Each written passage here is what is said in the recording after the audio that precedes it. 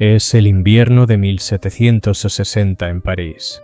La nieve cae suavemente sobre los adoquines del exterior, pero dentro del gran salón de Madame de Pompadour, la mujer más poderosa de Francia, el aire es cálido y colmado de luz de velas. La estancia resplandece con el dorado suave de un centenar de llamas reflejadas en los espejos dorados. Esta noche, los invitados son la élite de la sociedad francesa: aristócratas, filósofos, artistas, diplomáticos, personas que dan forma al futuro de Europa. En el centro de la conversación se encuentra un hombre que parece existir fuera del tiempo. Está sentado cerca de la chimenea, vestido por completo de seda negra salvo por los diamantes. Brillan en los botones de su abrigo, en las hebillas de sus zapatos, en sus dedos. Alguien susurra que lleva encima una fortuna suficiente para comprar un pequeño chateau, pero él los usa con despreocupación, como si no significaran nada. No parece ni joven ni viejo. Su rostro no muestra arrugas, su cabello oscuro no tiene una sola cana, aunque en sus ojos hay una profundidad antigua, una especie de conocimiento que sugiere que ha visto mucho más que cualquiera en la sala. Habla un francés perfecto, sin acento, sin fallas. Podría haber nacido en París, pero esa misma noche ha hablado alemán, italiano, inglés y ruso con igual fluidez nativa. La conversación deriva hacia la historia, como suele ocurrir en los salones parisinos. Alguien menciona un escándalo político de hace 50 años, durante el reinado de Luis XIV, un asunto menor casi olvidado. El hombre junto a la chimenea sonríe levemente y empieza a hablar, describiendo aquel escándalo con un detalle extraordinario. No solo los hechos públicos, sino detalles privados, el color del vestido de la duquesa, las palabras exactas de una conversación secreta, el clima de aquel día, incluso el aroma de los jardines de Versalles. La sala queda en silencio. Todos lo miran. Una condesa, Madame de Hergy, palidece. Es lo bastante mayor para recordar aquel escándalo, y lo mira como si estuviera viendo un fantasma. «Monsieur le Comte», dice con voz temblorosa. Habla como si hubiera estado allí, como si hubiera presenciado esos acontecimientos. Él la mira, y su sonrisa se profundiza. «Pero claro, madame», responde con calma. «Yo estaba allí». La condesa se lleva una mano al cuello. Murmura que eso lo convertiría en un hombre de al menos 90 años, aunque no aparenta más de 40. Soy muy viejo, Madame de Hergy. Mucho más de lo que imagina, dice él con voz suave. Antes de que nadie pueda reaccionar, se levanta con gracia, se inclina ante Madame de Pompadour, agradece la velada y se dirige a la puerta. Alguien lo llama, pidiéndole que se quede, que explique, pero ya se ha desvanecido en la nevada noche parisina, dejando tras de sí solo preguntas y el tenue aroma de su extraño té. Era el conde de Saint-Germain, y escenas como esta se repetirían por toda Europa durante décadas.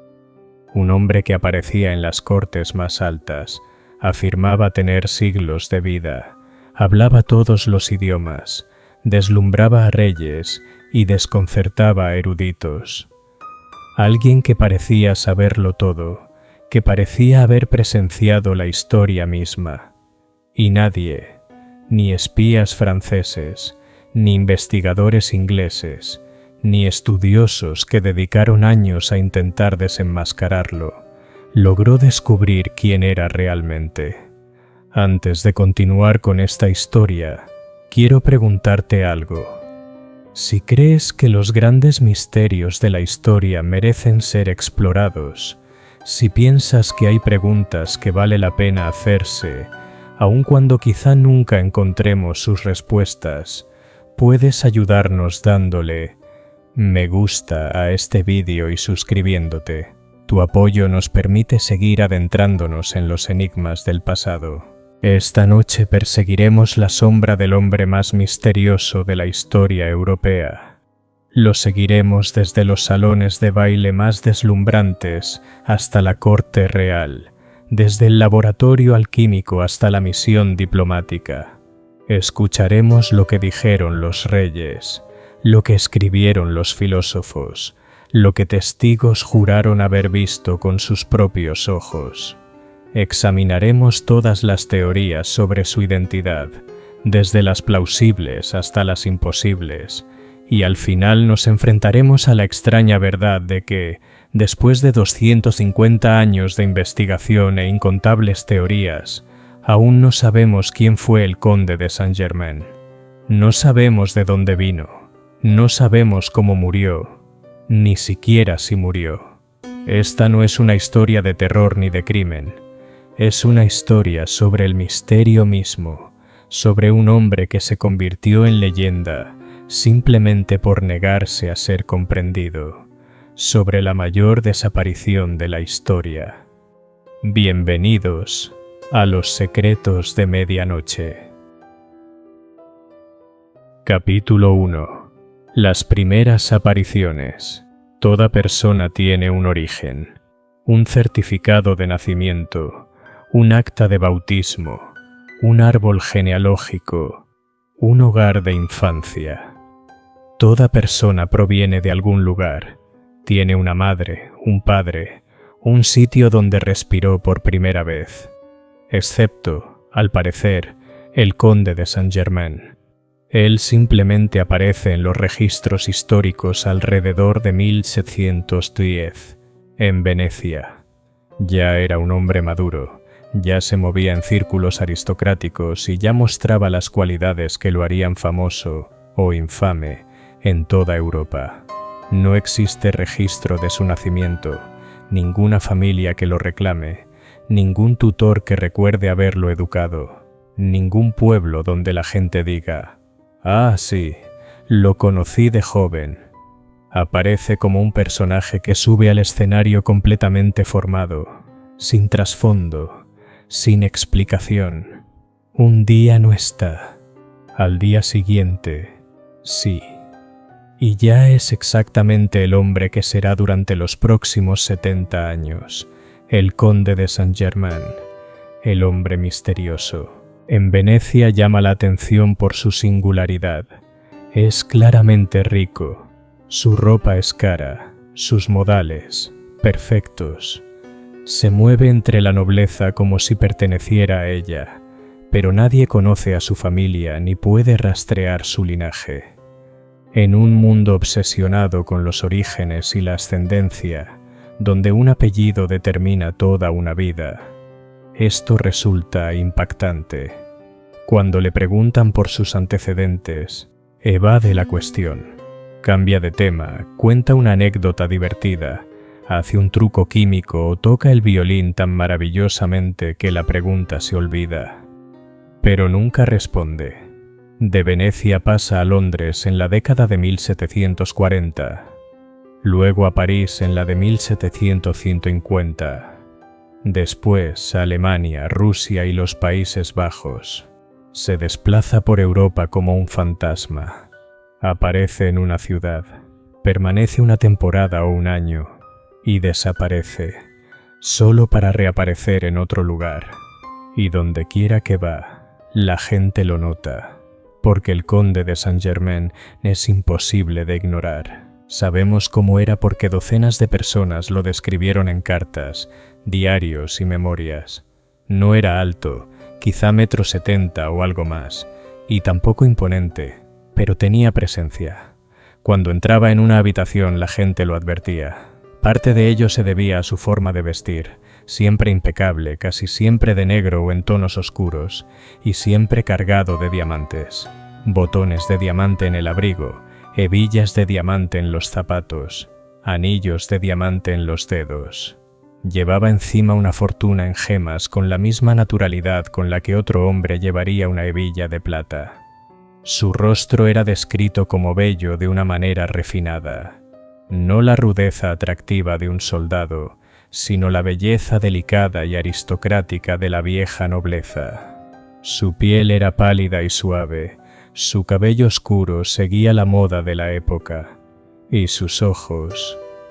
Todos los que escribieron sobre él mencionaron sus ojos, oscuros, penetrantes, con una inteligencia inmensa y una edad aún mayor.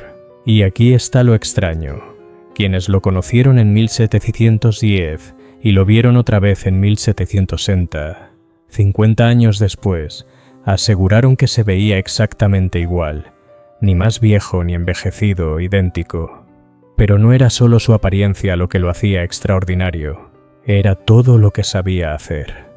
El conde de Saint-Germain hablaba al menos 12 idiomas con fluidez nativa: francés, alemán, inglés, italiano, español, portugués, ruso, sueco, danés, árabe, chino y sánscrito. No se trata de conocer unas cuantas frases. Era dominio absoluto. Los hablantes nativos decían que los manejaba como si hubiera nacido en cada uno de esos países, sin acentos, sin titubeos, con léxico y gramática perfectos. En el siglo XVIII, aquello era casi inconcebible. Un noble culto podía hablar francés, latín, quizá 1 o 2 idiomas más. Pero 12, y no solo europeos, sino también árabe, chino, sánscrito, lenguas que exigían años de estudio e inmersión. ¿Dónde los aprendió? ¿Cuándo? ¿Quién lo instruyó? ¿Y por qué alguien necesitaría hablar 12 idiomas a un nivel nativo, a menos que hubiera vivido durante años en todos esos lugares? Él nunca lo explicó, y el idioma era solo el principio. El conde de Saint-Germain era un erudito, un maestro en múltiples artes y ciencias. Era un violinista excepcional. Quienes lo escucharon afirmaron que era uno de los mejores intérpretes que habían oído en su vida. También componía música. Algunas de sus piezas podrían seguir existiendo hoy en archivos, atribuidas a autores anónimos. Era pintor. Había desarrollado una técnica única con pigmentos especiales que otorgaban a sus obras una viveza y una durabilidad extraordinarias. Los expertos decían que aquella técnica no se parecía a nada conocido. Era químico y alquimista. Realizaba experimentos que dejaban atónitos a los estudiosos de la época. Podía teñir telas con colores que no se desvanecían, eliminar los defectos de los diamantes, o al menos eso afirmaba, e incluso cambiar el color de las piedras preciosas mediante algún proceso químico. Nadie pudo determinar con certeza si aquello era auténtica ciencia o elaborada magia escénica. Decía también poseer conocimientos de medicina y elaboraba diversos elixires y remedios, incluido su famoso elixir de la vida, que según él lo mantenía joven. Además era un diplomático y conversador excepcional. Podía hablar de filosofía con Voltaire, de estrategia militar con generales, de teología con obispos y de arte con los mejores pintores de Europa. En cualquier tema no parecía solo un erudito, sino un experto. ¿Cómo podía una sola persona dominar tantos campos?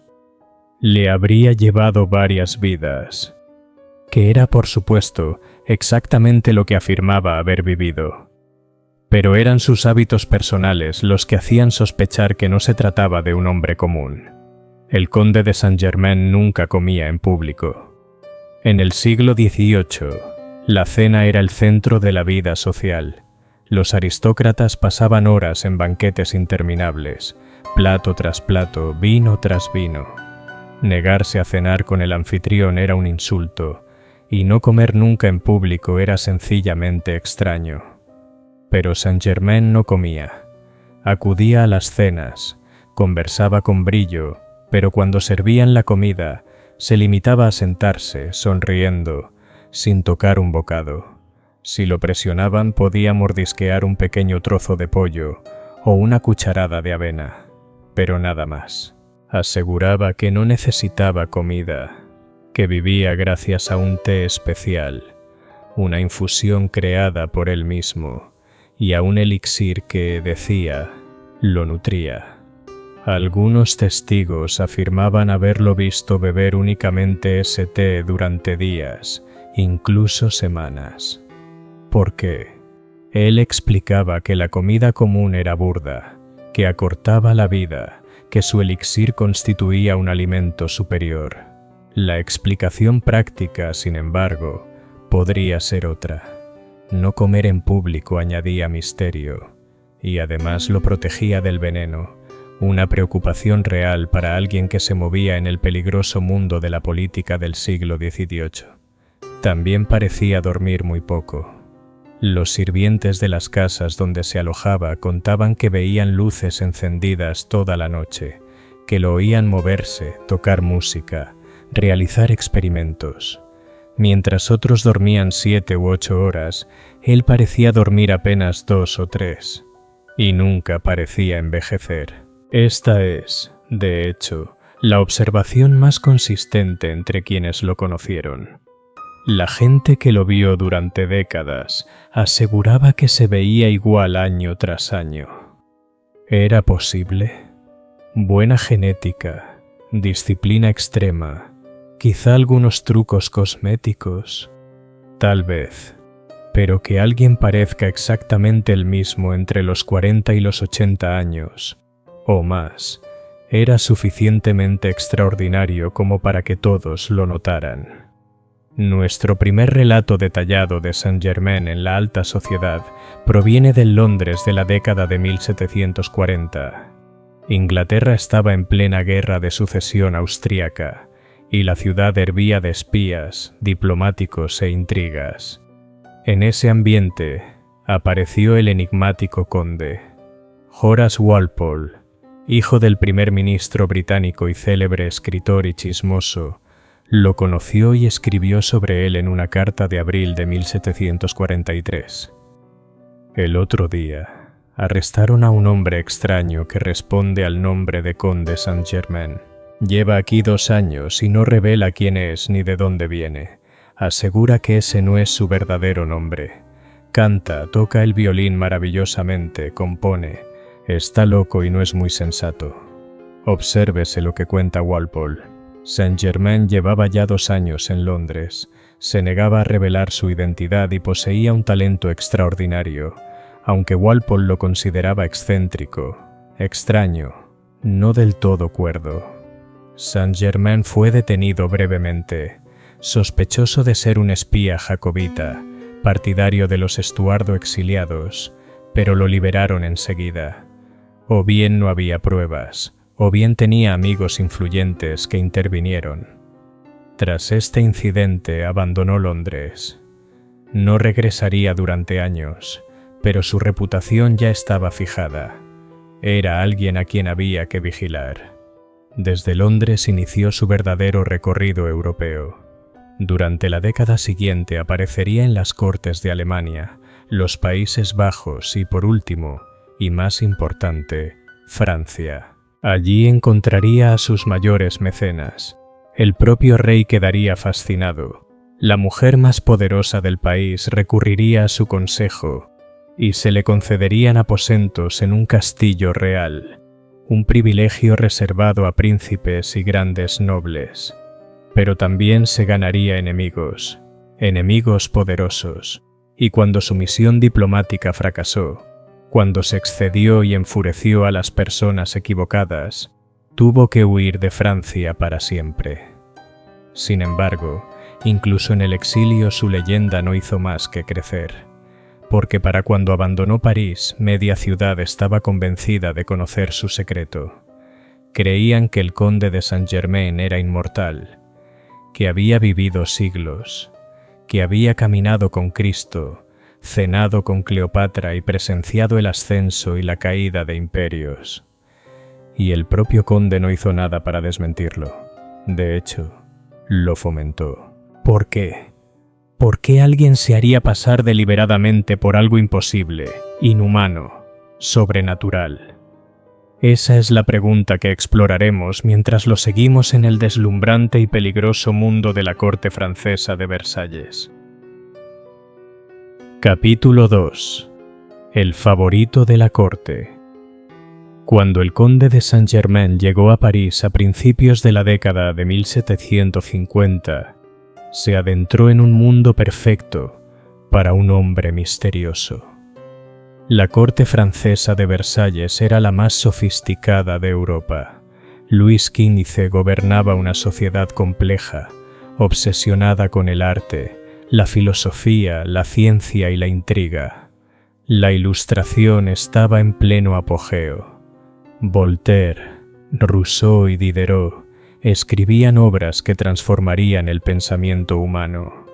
La razón y la ciencia eran celebradas, pero al mismo tiempo la corte se fascinaba por lo oculto, por la alquimia y por la promesa de la piedra filosofal que podía convertir el plomo en oro y otorgar la vida eterna. El racionalismo y el misticismo coexistían, a menudo, dentro de la misma mente. En medio de esta contradicción entró el conde de Saint-Germain, un hombre que hablaba el lenguaje de la ciencia y el de la magia con igual fluidez. Fue introducido en sociedad por el mariscal de Belle-Île, un héroe militar. Con un patrocinador tan poderoso, Saint-Germain accedió de inmediato a las esferas más altas de la sociedad francesa y, una vez conocido, nadie podía olvidarlo. En cuestión de meses era la comidilla de París. Las invitaciones para conocer al misterioso conde eran muy solicitadas. Los salones competían por tenerlo como invitado, y las historias sobre él se volvían más fantásticas con cada relato. La conexión más importante que estableció en París fue con Jeanne-Claude Poisson, más conocida como Madame de Pompadour. Ella no era la reina de Francia, era algo aún más poderoso, la amante oficial del rey, su confidente más cercana y, en la práctica, la mujer más influyente del país. Inteligente, culta y hermosa, había ascendido desde la clase media hasta convertirse en la favorita del rey gracias a su encanto e inteligencia, y comprendía el poder como pocos en Versalles. Cuando conoció al conde de Saint-Germain, quedó fascinada al instante. Allí estaba un hombre tan misterioso y singular como ella misma. Al igual que ella, no tenía un linaje claro que explicara su presencia en la corte, y como ella dependía más de su carisma y habilidad personal que de un título heredado. Se hicieron amigos. Saint-Germain se convirtió en invitado habitual de su salón, donde las mentes más brillantes de Francia debatían ideas, impresionaba a filósofos y científicos con su conocimiento, entretenía a los aristócratas con su música y sus historias, y cautivaba a todos con sus orígenes enigmáticos. La dama de compañía de Pompadour, Madame du José, tomaba notas detalladas de aquellas conversaciones. Sus memorias son una de las mejores fuentes para saber cómo era Saint-Germain en privado. Relata una noche en la que alguien le preguntó la edad. Él sonrió y respondió con indiferencia que era muy viejo. ¿Cuántos años?, insistieron. «He vivido muchos siglos», dijo, como si hablara del clima. La sala quedó en silencio. ¿Bromeaba? Pero Saint-Germain continuó, esta vez con tono serio. Afirmó haber conocido personalmente a la Sagrada Familia, haber estado presente en las bodas de Caná, presenciando el primer milagro de Jesús.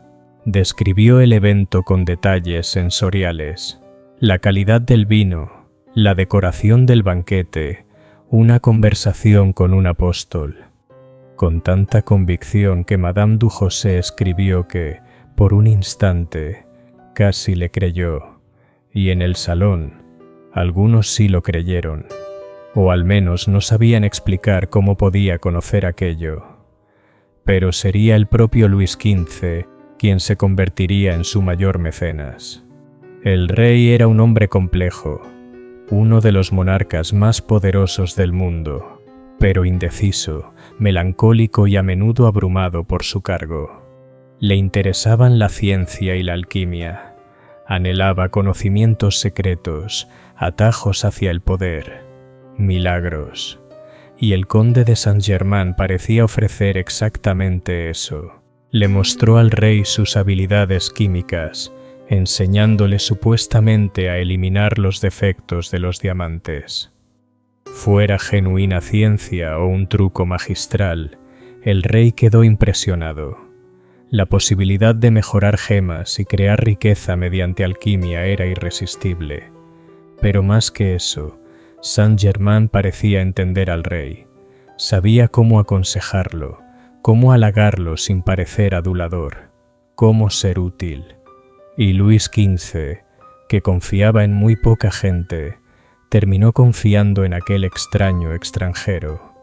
El rey otorgó a Saint-Germain un privilegio extraordinario: apartamentos privados en el castillo de Chambord, uno de los grandes palacios reales. Aquello no tenía precedentes. Chambord no era un edificio cualquiera, era una obra maestra de la arquitectura renacentista. Un palacio construido para reyes. Concederle estancias allí a alguien sin título oficial, sin linaje claro y sin cargo en el gobierno o el ejército, resultaba impactante. Significaba que el conde de Saint-Germain contaba con el favor personal del rey y, en el rígido mundo jerárquico de Versalles, eso lo convertía prácticamente en intocable. Tenía acceso al monarca, recursos y poder. Pero ¿qué quería exactamente Luis XV de él? El rey guardaba un secreto.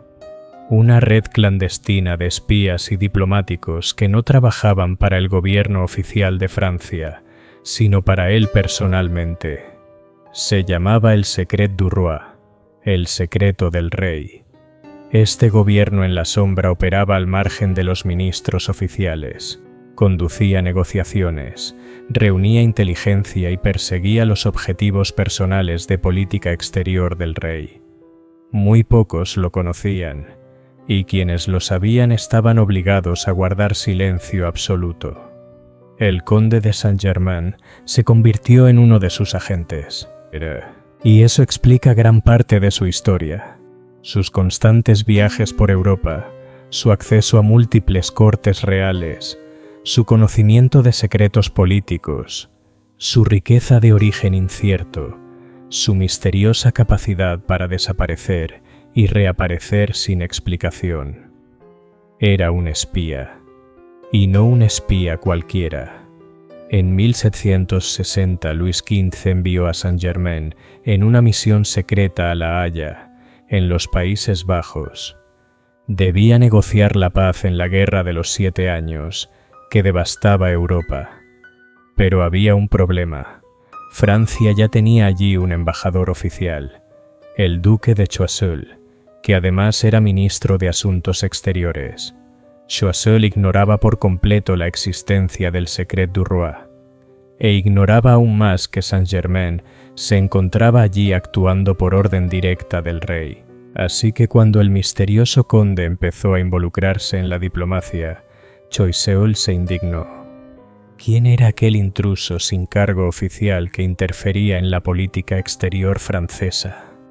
Se quejó al rey, pero Luis XV no podía defender a Saint-Germain sin revelar su red secreta. La situación se volvió insostenible. Saint-Germain había sobrepasado su autoridad, actuado con demasiada exposición y atraído una atención peligrosa. La misión fracasó y, aún peor, el conde se ganó un enemigo poderoso. Choiseul no era hombre de perdonar ni de olvidar. Inició una investigación para descubrir quién era realmente Saint-Germain y dejó claro que, si regresaba a Francia, sería arrestado. El conde no podía volver a París, tuvo que huir. Su época como favorito de Versalles había terminado, pero su leyenda apenas empezaba a formarse. Antes de seguirlo en su exilio, conviene escuchar a quienes lo conocieron, porque estos testimonios de primera mano son nuestra mejor evidencia para comprender quién pudo haber sido. Giacomo Casanova, El célebre aventurero y estafador se reunió con Saint-Germain en varias ocasiones y escribió sobre él en sus memorias. Casanova, maestro del engaño, ofrece una opinión especialmente valiosa. Escribió: «Este hombre extraordinario, destinado por naturaleza a ser el rey de los impostores y charlatanes, decía con naturalidad y seguridad que tenía 300 años, que conocía el secreto de la medicina universal, que dominaba la naturaleza, que podía fundir diamantes. Afirmaba haber sido íntimo amigo de la reina de Saba, haber cenado con Platón y los santos padres y entretenerse conversando con la Sagrada Familia». Pero luego Casanova añade algo significativo, que a pesar del evidente absurdo de tales afirmaciones, la erudición de Saint-Germain era profunda y su capacidad de conversación extraordinaria. Incluso un hombre como Casanova, que vivía del engaño, no podía descartarlo por completo. Había algo auténtico bajo el artificio. Voltaire, el gran filósofo y satírico, una de las mentes más brillantes de la Ilustración, también escribió sobre él en una carta de 1760. Esto provenía de Voltaire, el archirracionalista, el hombre que se burló de la superstición y defendió la razón. Que él dijera algo así, incluso con sarcasmo, sugiere que Saint-Germain impresionaba incluso a los escépticos. El margrave de Brandeburgo, un príncipe alemán, escribió: «Me dijo que poseía desde hacía mucho tiempo el secreto de perfeccionar las gemas. Me mostró cómo podía agrandar perlas y convertirlas en perlas de primera calidad. Conoció a mi padre, que murió en 1712, y lo describió con absoluta precisión. Le pregunté si su padre había estado en Rusia. Respondió que no, pero que él mismo había estado allí en esa época». Obsérvese la afirmación casual. Saint-Germain decía haber estado en Rusia en 1612. Si aparentaba unos 50 años cuando tuvo lugar esta conversación en la década de 1750, en 1712 ni siquiera habría nacido, o sería apenas un bebé. Sin embargo, hablaba de aquel año como si lo recordara personalmente, y describía a personas fallecidas décadas antes con tal exactitud que los testigos creían que realmente las había conocido. Esto es lo que hace al conde de Saint-Germain tan frustrante y tan fascinante a la vez. Por un lado, exageraba sin pudor, afirmando cosas imposibles. No podía tener 300 años, no podía haber cenado con Cleopatra. Eran afirmaciones absurdas, pero, por otro lado, sus habilidades demostradas eran extraordinarias. Hablaba todos esos idiomas, era genuinamente talentoso en múltiples artes y ciencias, tenía acceso a las más altas esferas del poder europeo y poseía una riqueza y unos conocimientos que nadie podía rastrear ni explicar. Entonces, ¿cuál era la verdad? Era un estafador brillante que utilizaba grandes mentiras para ocultar engaños más sutiles. Fue un erudito auténtico que, por alguna razón, decidió rodear sus verdaderas capacidades de afirmaciones imposibles. ¿O había algo en él que simplemente escapa a nuestra comprensión? Obligado a abandonar Francia, el conde de Saint-Germain desapareció de París en 1760. Muchos pensaron que jamás volverían a saber de él. Sin la protección del rey ni los recursos de Versalles, el misterioso conde debía desvanecerse. Se equivocaban. Durante los siguientes 24 años viajó por Europa, apareciendo y desapareciendo, fascinando a todos los que lo conocían, negándose a envejecer y negándose a dar explicaciones. Visitó Rusia y asesoró a Catalina la Grande. Pasó años en Alemania bajo la protección de distintos príncipes. Fue vinculado a sociedades secretas. a enseñanzas místicas y a intrigas políticas que moldearon Europa, y en 1784 murió oficialmente. Su muerte fue registrada y fue enterrado en una iglesia alemana.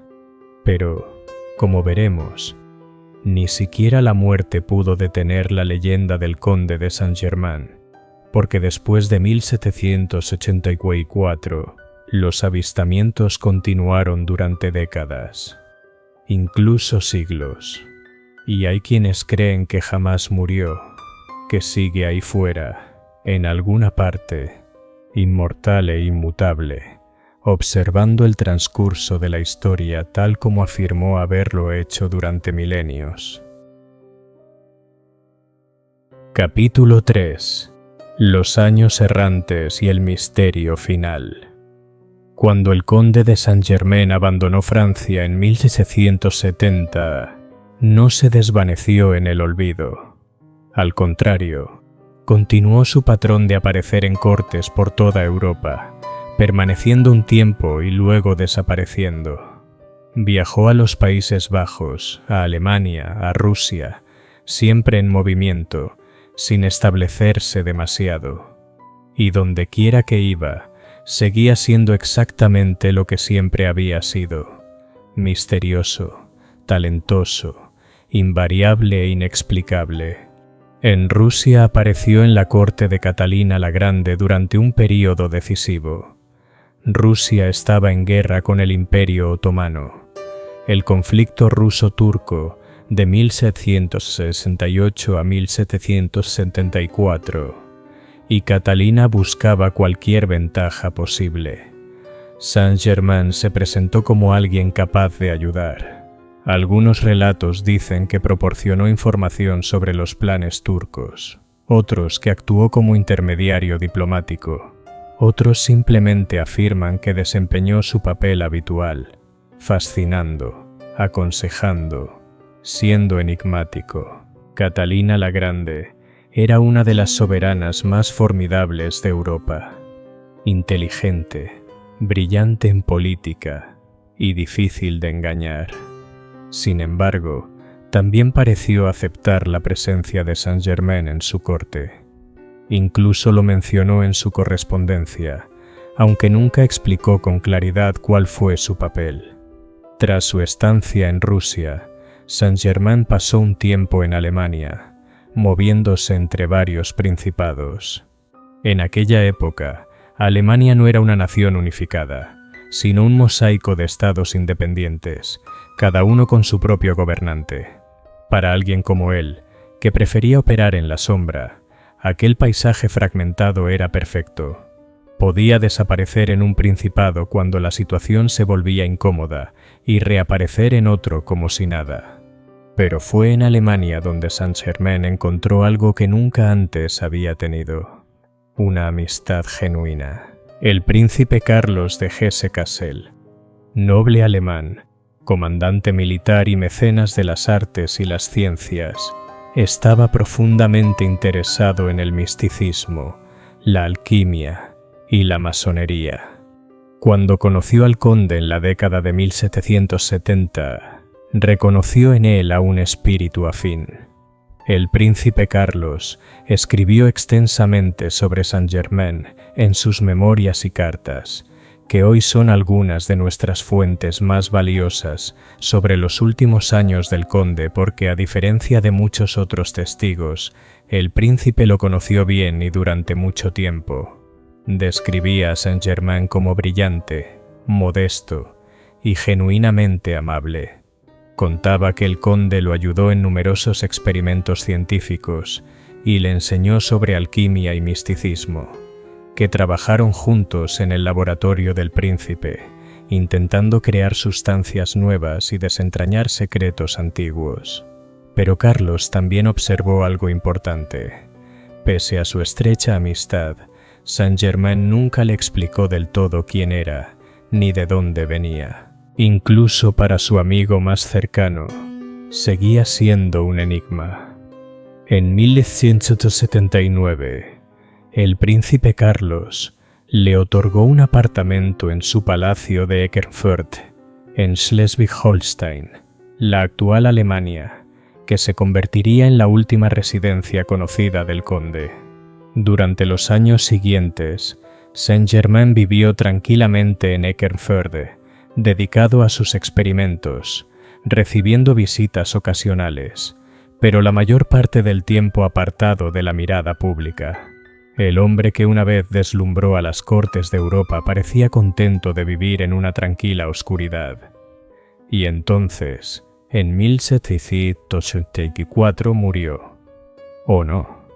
Según los registros oficiales de la iglesia de Eckernförde, el conde de Saint-Germain murió el 27 de febrero de 1784 y fue enterrado en la iglesia local. El príncipe Carlos de Hesse dejó constancia de su muerte y expresó su pesar por la pérdida de su amigo. Este debería ser el final de la historia. Un hombre misterioso vivió una vida extraordinaria. Y que sí, como todos los seres humanos, murió. El enigma de su identidad quedaría sin resolver, pero al menos habría un cierre. Sin embargo, nada relacionado con el conde de Saint-Germain ha sido sencillo. Primero, existen dudas sobre la propia muerte. Algunas fuentes aseguran que el príncipe Carlos insinuó después, de manera críptica por supuesto, que Saint-Germain no estaba realmente muerto. En cartas escritas tras 1784, el príncipe incluso se refería a él en tiempo presente, como si siguiera vivo. En segundo lugar, hay relatos según los cuales la tumba de Saint-Germain fue exhumada y hallada vacía. Estos testimonios no están bien documentados y podrían ser leyendas más que hechos, pero persisten. Y lo más significativo son los avistamientos, informes del conde de Saint-Germain apareciendo después de su supuesta muerte, no solo inmediatamente, sino durante décadas, incluso siglos. ¿Fueron reales estos avistamientos? ¿Fueron casos de identidad equivocada? ¿Bromas? ¿O fue la muerte de 1784 en sí misma un engaño? Una estrategia para desaparecer por completo y lograr por fin la privacidad que nunca tuvo en vida. El avistamiento póstumo más famoso ocurrió apenas 5 años después, en uno de los momentos más dramáticos de la historia de la humanidad, la Revolución Francesa. El año es 1789. Francia se derrumba en el caos. El viejo orden se desvanece y Luis XVI y María Antonieta pierden el control de su reino. En pocos años ambos serían ejecutados en la guillotina, y en medio de esa vorágine comenzaron a circular rumores de que el conde de Saint-Germain había regresado a París. La condesa de Adimar, dama de compañía de la reina, escribió en sus memorias que se encontró personalmente con él en múltiples ocasiones durante la Revolución. Lo describía exactamente igual que 30 años antes, cuando lo conoció en Versalles, inalterado, sin edad. Según la condesa, Saint-Germain intentó advertir a María Antonieta del peligro inminente, diciéndole que la revolución desembocaría en un terrible derramamiento de sangre y que debía abandonar Francia de inmediato. Pero la reina, atrapada por el protocolo y la política, no lo escuchó, o no pudo hacerlo. La condesa afirmó haber visto a Saint-Germain por última vez en 1793, poco antes de la ejecución de la reina. Parecía triste, derrotado. «Hay momentos», le dijo, «en que los acontecimientos escapan incluso al control de quienes creen dirigirlos». Luego desapareció entre la multitud y la condesa nunca volvió a verlo. ¿Son fiables estos relatos? Las memorias de la condesa de Ademar fueron escritas décadas después y la memoria es falible. Algunos historiadores creen que pudo exagerar o incluso inventar los encuentros para hacer su obra más impactante. Pero otras personas también aseguraron haber visto a alguien que coincidía con la descripción de Saint-Germain en París durante ese periodo. Los informes son lo suficientemente numerosos como para que no puedan descartarse por completo. ¿Era realmente él? ¿O era otro hombre? ¿Un imitador? ¿Alguien que adoptó su identidad? ¿O simplemente la gente deseaba tanto creer en el conde inmortal que lo veía en todas partes? Los avistamientos continuaron hasta el siglo XIX. En las décadas de 1820 y 1830 hubo testimonios de un hombre que respondía exactamente a su descripción en Viena, Milán y París, siempre con la misma apariencia, siempre con los mismos talentos y conocimientos, siempre desapareciendo antes de que alguien pudiera indagar demasiado. En 1867 Napoleón III, emperador de Francia, se interesó por el enigmático conde y ordenó una búsqueda en los archivos de la policía para reunir cualquier información sobre él. Se confeccionó un expediente, pero fue destruido en un incendio durante la Comuna de París en 1871. ¿Qué secretos contenía? Nunca lo sabremos. A finales del siglo XIX, Saint-Germain había sido adoptado por movimientos ocultistas y místicos como uno de sus santos patronos. Madame Blavatsky, fundadora de la Sociedad Teosófica, afirmó que el conde era uno de los maestros ascendidos, seres iluminados que habían trascendido la existencia humana y guiaban la evolución espiritual de la humanidad desde lugares ocultos. Según los teósofos, Saint-Germain no solo estaba vivo, sino que trabajaba activamente para elevar la conciencia humana. Era inmortal no por alquimia, sino por iluminación espiritual, un maestro de sabiduría oculta y guardián del conocimiento ancestral.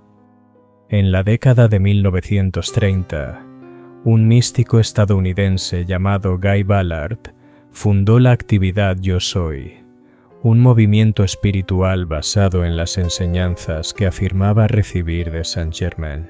Ballard aseguró que el conde se le apareció en el monte Shasta, en California, y le transmitió mensajes sobre la ascensión espiritual, la naturaleza de la realidad y el destino de Estados Unidos. La actividad Yo Soy atrajo a cientos de miles de seguidores y aún existe. Para ellos, Saint-Germain no es un misterio histórico, sino un maestro espiritual viviente, un ser de luz que ayuda a la humanidad desde más allá del plano físico. A lo largo del siglo XX y principios del XXI, numerosos místicos, canalizadores y practicantes de la nueva era han afirmado comunicarse con él. Se han publicado libros con sus supuestas enseñanzas, y algunos aseguran verlo en visiones o sueños. Se ha convertido en una figura permanente del mundo espiritual y místico. Pero esta versión de Saint-Germain, el maestro ascendido, el guía espiritual, tiene muy poco que ver con la figura histórica que recorrió la Europa del siglo XVIII. La leyenda ha devorado por completo al hombre. Y así llegamos a la pregunta central, la que ha obsesionado a investigadores, historiadores y amantes del misterio durante más de 250 años. ¿Quién fue realmente el conde de Saint-Germain? ¿Un noble oculto? ¿Un espía con una tapadera elaborada? ¿Un estafador de inteligencia extraordinaria? ¿Un alquimista inmortal? ¿Un viajero del tiempo? Algo completamente distinto. Cada teoría tiene sus defensores, cada teoría tiene sus fallos, y la verdad, desesperantemente, sigue fuera de nuestro alcance. Examinemos las principales teorías, una por una, y veamos si finalmente podemos resolver el misterio que ha desconcertado a generaciones de investigadores. O quizás solo profundicemos en él, porque a veces, cuanto más se sabe sobre el conde de Saint-Germain, menos sentido parece tener. Capítulo 4. Las teorías y la verdad. Durante más de 250 años, los investigadores han intentado desenmascarar al conde de Saint-Germain. Se registraron archivos policiales, se examinaron registros genealógicos, se entrevistó a testigos, se propusieron teorías que luego fueron investigadas y parcialmente confirmadas o completamente refutadas. Y aún así no estamos más cerca de conocer su verdadera identidad que en 1760. Esto es extraordinario. El siglo XVIII no es un pasado remoto. Disponemos de abundantes registros de la época. Conocemos los nombres de miles de nobles, sus árboles genealógicos, sus desplazamientos por Europa. Tenemos registros aduaneros, informes policiales, correspondencia diplomática, cartas privadas, periódicos. ¿Cómo puede un hombre atravesar todo esto, interactuar con cientos de personas, vivir durante décadas en la esfera pública y no dejar rastro alguno de su identidad real? ¿O era espectacularmente hábil para ocultar sus huellas? ¿O todos los que pudieron conocer la verdad guardaron su secreto? ¿O ambas cosas? Examinemos las principales teorías sobre quién fue realmente Saint-Germain, desde las más plausibles hasta las más fantásticas. Una de las teorías más antiguas y persistentes afirma que era un noble húngaro que lideró una rebelión fallida contra los Habsburgo a principios del siglo XVIII. Tuvo varios hijos y, según algunas fuentes, uno de ellos, nacido alrededor de 1696, murió oficialmente en la infancia, pero siempre circularon rumores de que el niño no había muerto realmente, sino que había sido enviado en secreto para su protección. La teoría propone que ese hijo se convirtió en el conde de Saint-Germain.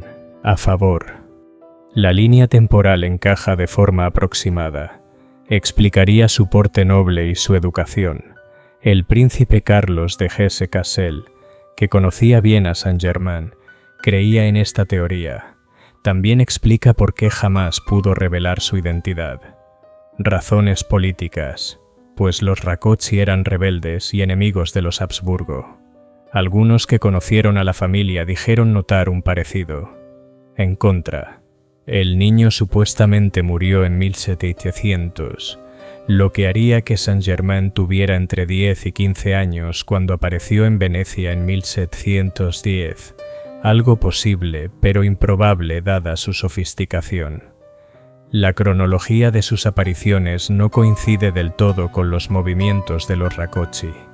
No existe evidencia documental definitiva que los vincule, y no explica su vasta riqueza ni su presencia en lugares donde las conexiones húngaras no servirían.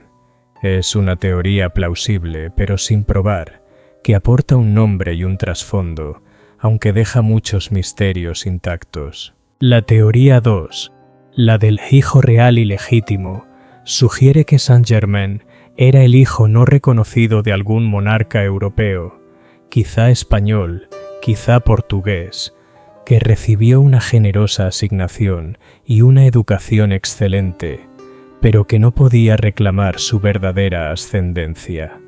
A favor, explicaría su refinamiento, su porte, su riqueza, su acceso a las cortes reales y la imposibilidad de revelar su identidad para evitar un escándalo. Los hijos ilegítimos de la realeza eran comunes. En contra, es totalmente especulativa. Nunca se ha identificado un candidato concreto. Los hijos ilegítimos suelen ser reconocidos de algún modo, con títulos menores, al menos, y no explica sus talentos extraordinarios ni su aparente longevidad. Es posible, pero difícil de demostrar o refutar sin pruebas específicas. La teoría 3, la del espía maestro, propone que el conde de Saint-Germain no era una sola persona, sino un rol, una identidad utilizada por varios agentes a lo largo de décadas. lo que explicaría que no pareciera envejecer y que apareciera en tantos lugares.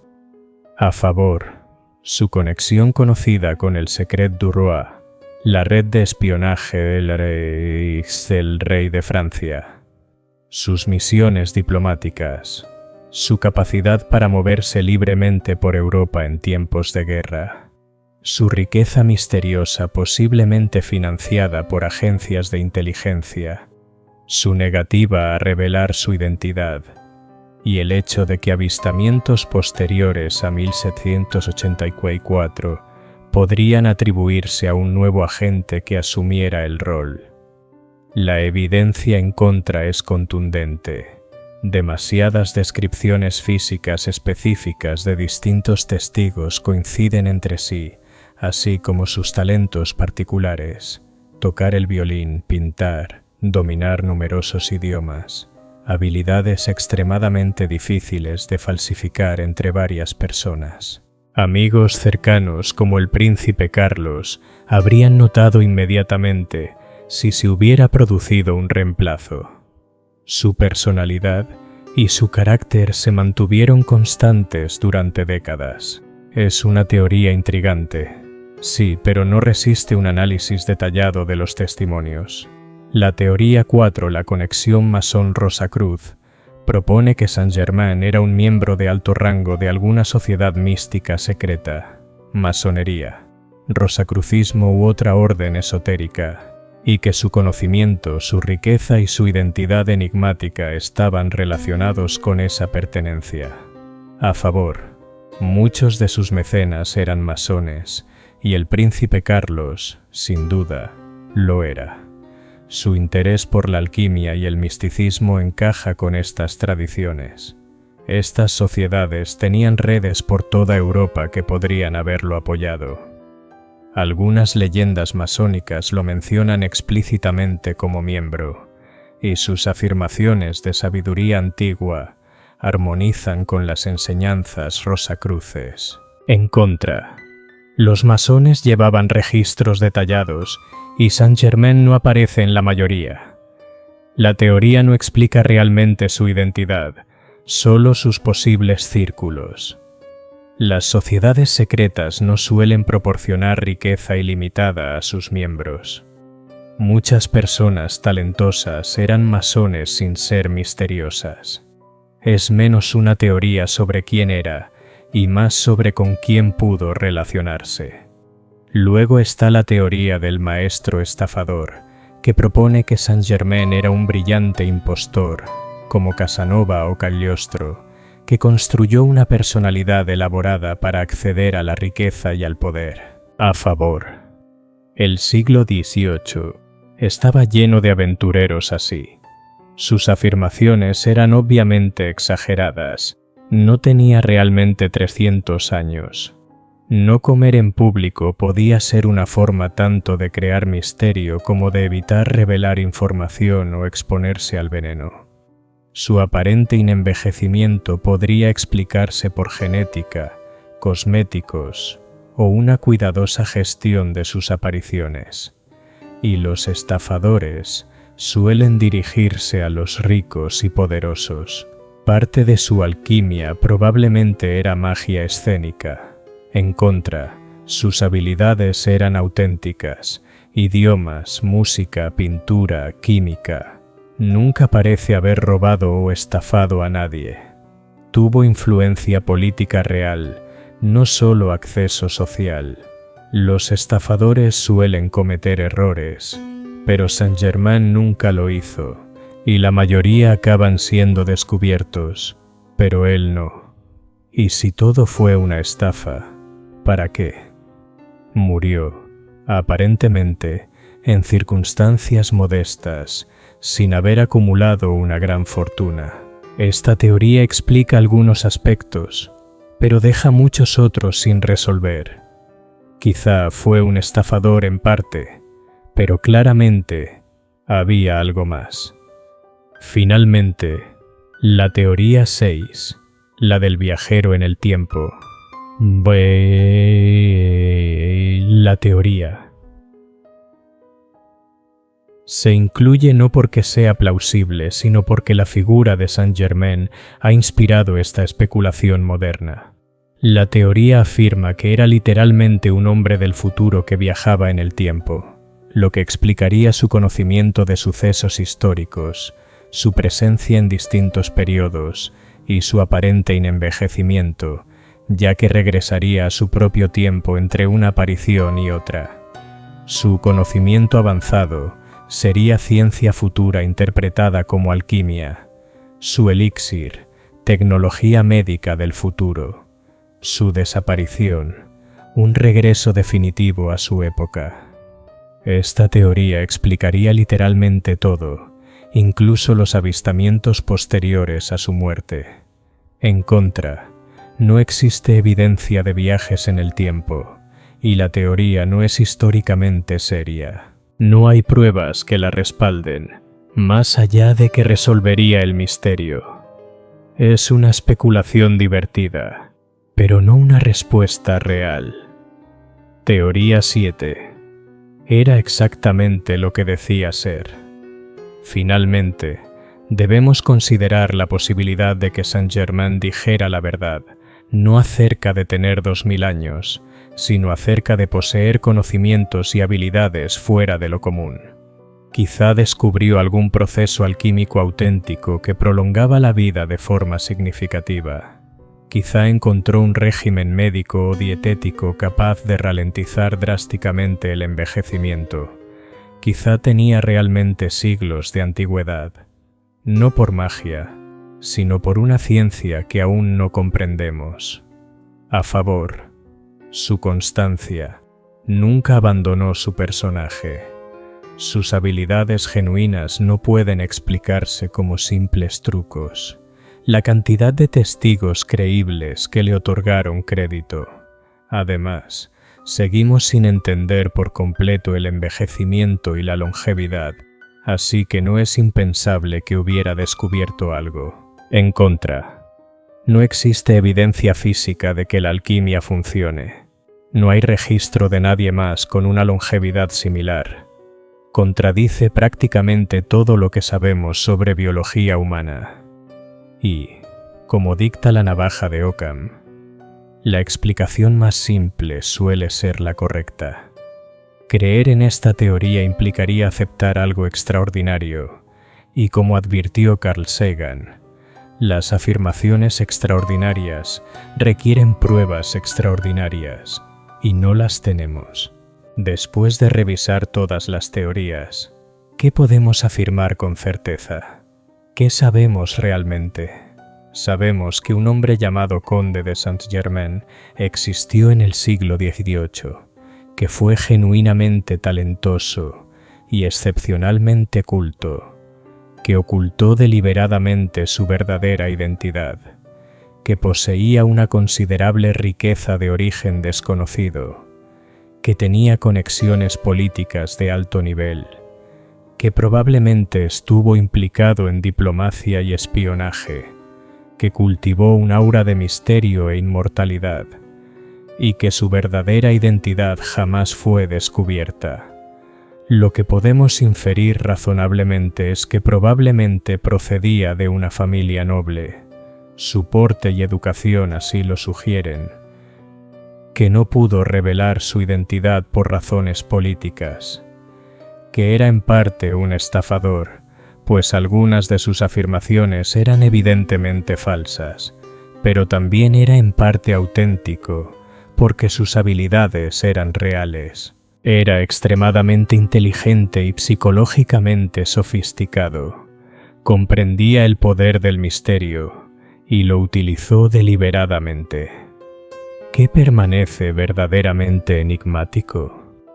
Su identidad exacta, nombre, nacimiento, familia, el origen de su riqueza, si realmente no envejeció o solo lo parecía, su papel concreto en la política europea o en el espionaje, cómo murió y si su muerte de 1784 fue real, por qué creó un personaje tan elaborado. La verdad probablemente sea menos exótica que la leyenda, pero no por ello menos notable. Es probable que fuera un noble oculto, quizá realizando labores de inteligencia, tan hábil manteniendo su tapadera que se llevó su secreto a la tumba. Pero nunca lo sabremos con certeza. El conde de Saint-Germain logró algo que muy pocas personas en la historia han conseguido. Se volvió verdaderamente misterioso. No misterioso de forma superficial, sino genuina, profunda y permanentemente desconocido. Y quizá ese fue su propósito desde el principio. Tal vez no quería ser recordado por quién era, sino por lo que representaba. El misterio mismo, lo incognoscible, lo imposible. En una era de razón, fue irracional. En una era de ciencia, fue mágico. En una era de documentación y registros, fue una página en blanco. Se volvió, en esencia, inmortal, no porque viviera para siempre, sino porque el misterio lo hizo eterno. Más de 250 años después de su muerte, seguimos hablando de él, seguimos intentando descifrarlo, seguimos fascinados por él. Si ese era su objetivo, convertirse en un enigma permanente, una leyenda que sobreviviera a cualquier vida mortal, entonces el conde de Saint-Germain lo logró plenamente. ¿Pero a qué precio? ¿Y quién fue el hombre detrás de la leyenda? El conde de Saint-Germain apareció en Europa alrededor de 1710 y desapareció de la historia en 1784. Entre esos años deslumbró a reyes, desconcertó a eruditos y creó una leyenda que ha perdurado durante siglos. Desconocemos su verdadero nombre, desconocemos dónde nació ni quiénes fueron sus padres, desconocemos cómo obtuvo su riqueza, su educación o sus habilidades extraordinarias, y desconocemos por qué eligió vivir como lo hizo, desplazándose de corte en corte, sin asentarse nunca, sin revelarse jamás, sin llegar a ser plenamente real para nadie. Lo que sí sabemos es que fue una de las figuras más fascinantes que han atravesado las páginas de la historia y que a veces, lo más interesante de una persona no es quién es, sino quién se niega a ser. Quiero sugerir algo que quizá parezca contradictorio. El conde de Saint-Germain fue a la vez real e inventado. Hubo un hombre real, con una vida real, padres reales y una infancia real, pero ese hombre se borró deliberadamente y creó al conde de Saint-Germain en su lugar. El conde era una interpretación, un personaje, una obra de arte, y la representación era tan perfecta, tan rigurosamente mantenida, que la persona auténtica quedó completamente oculta. No fue accidental, fue intencional. Saint-Germain nunca se deslizó, nunca olvidó sus líneas, nunca permitió que nadie mirara detrás del telón. Interpretó el papel durante 70 años, hasta el día de su muerte. Ese nivel de constancia y compromiso indica que no era un simple disfraz, era el proyecto de su vida. ¿Por qué alguien haría esto? Tal vez se estaba ocultando de enemigos. Quizá el hombre que se convirtió en Saint-Germain tenía adversarios poderosos que deseaban verlo muerto, y la única manera de sobrevivir era transformarse en alguien completamente diferente. La leyenda era su armadura, o tal vez servía a una causa, un ideal político, una verdad mística, una visión del futuro de Europa que requería moverse libremente, sin ser cuestionado. El misterio le otorgaba acceso y la leyenda, credibilidad. Quizás se sentía solo, quizá el hombre real lo había perdido todo, familia, hogar, identidad, y decidió que, si debía ser nadie, sería todos. El conde que hablaba todos los idiomas, que había vivido todas las vidas, que lo había visto todo, un hombre tan misterioso que sería recordado para siempre aunque nadie lo conociera. O quizá simplemente comprendió algo profundo sobre la naturaleza humana, que nos fascina el misterio, que otorgamos poder y atención a lo que no podemos explicar, que lo desconocido cautiva más que lo conocido, y utilizó ese entendimiento para construirse una leyenda. El conde de Saint-Germain no dejó hijos, ni familia, ni propiedades, ni posesiones significativas. No escribió libros con su propio nombre. No fundó ninguna institución duradera. Según los criterios convencionales, no dejó nada. Y sin embargo, su legado es inmenso. En la historia sigue siendo uno de los grandes enigmas sin resolver. Los académicos aún lo estudian, se siguen escribiendo libros sobre él, y la gente continúa intentando descubrir quién fue realmente. En el ocultismo, se convirtió en un icono. Las sociedades secretas lo reclaman como miembro. Los místicos afirman comunicarse con su espíritu. Se le invoca en rituales, se le estudia en tradiciones esotéricas y se le trata como a un maestro espiritual. En la cultura popular aparece por todas partes, en novelas, en la serie Vampiros de Chelsea Quinn Yarbrough, en El péndulo de Foucault de Umberto Eco, en películas y series de televisión, se le menciona en todo, desde dramas históricos hasta ciencia ficción. En la música, varios compositores han escrito obras inspiradas en él. Se ha convertido en una pieza permanente de nuestra mitología cultural, el conde inmortal, el hombre que nunca murió, el guardián de secretos, el testigo de la historia. Quería ser recordado y triunfó más allá de lo que cualquier biografía convencional podría haber logrado, porque no solo vivió una vida, creó un misterio, y los misterios nunca mueren. He pasado todo este documental preguntándome quién fue el conde de Saint-Germain, pero quizá esa sea la pregunta equivocada. Tal vez la pregunta correcta sea, ¿por qué nos importa quién fue? ¿Qué tiene este misterio que ha cautivado a la gente durante 250 años? ¿Por qué no podemos dejarlo ir? ¿Por qué seguimos intentando resolverlo? Creo que es porque el conde de Saint-Germain representa algo que, en algún nivel, todos deseamos: la posibilidad de transformarnos, de reinventarnos, de convertirnos en alguien completamente nuevo, de dejar atrás nuestro pasado por completo. La mayoría de nosotros estamos atrapados en nuestras identidades, nos define nuestro origen, quiénes fueron nuestros padres, qué educación recibimos, qué errores cometimos. Cargamos nuestra historia como cadenas, pero el conde de Saint-Germain caminó libre.